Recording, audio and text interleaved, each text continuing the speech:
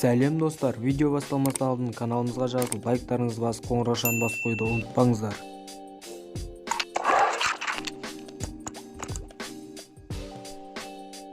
Бұл жануарлардың аты нарвалдар.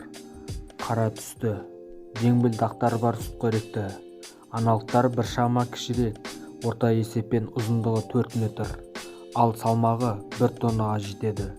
Нарвалдардың денесі цилиндр тәріздес, арқа жағы түңгіл сұр боп кетеді. Олардың арқа жүзбе қанаттары болмайды.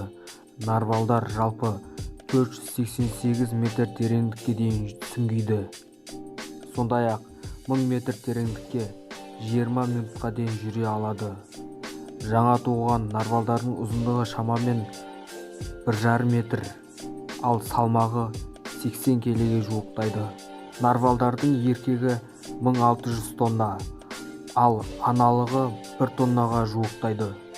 Нарвалдардың аталығының үстіңгі жақ сүйегінің сол жағында 3 метрге жуық азу тісі бар. Бұндай тістер аналығында кездеспейді.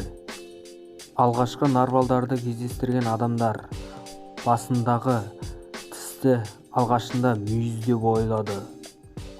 Кейінірек белгілі болғандай, олар тіс екендігі анықталды. Нарвалдардың өмір сүру ұзақтығы шамамен 50 жыл. Нарвалдар су сүтқоректілерінің ішінде теңіздің өте терең жерінде жүретін балық болып есептеледі. Нарвалдардың басы дөңгелек және бас бөлігіне кішкене ауыз қуысы бар. Тағы бір айта кететін жайт, нарвалдар ең суық жерлерде жасайды. Олар -70 градусқа дейін суықтықта өмір сүреді. Олардың саны аз болғандықтан жойылып кету қаупі де төніп тұр.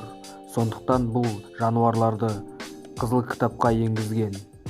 Видео ұнаған болса, лайктарыңызды басып арнаға жазыңыздар. Келесі видеода кездескенше.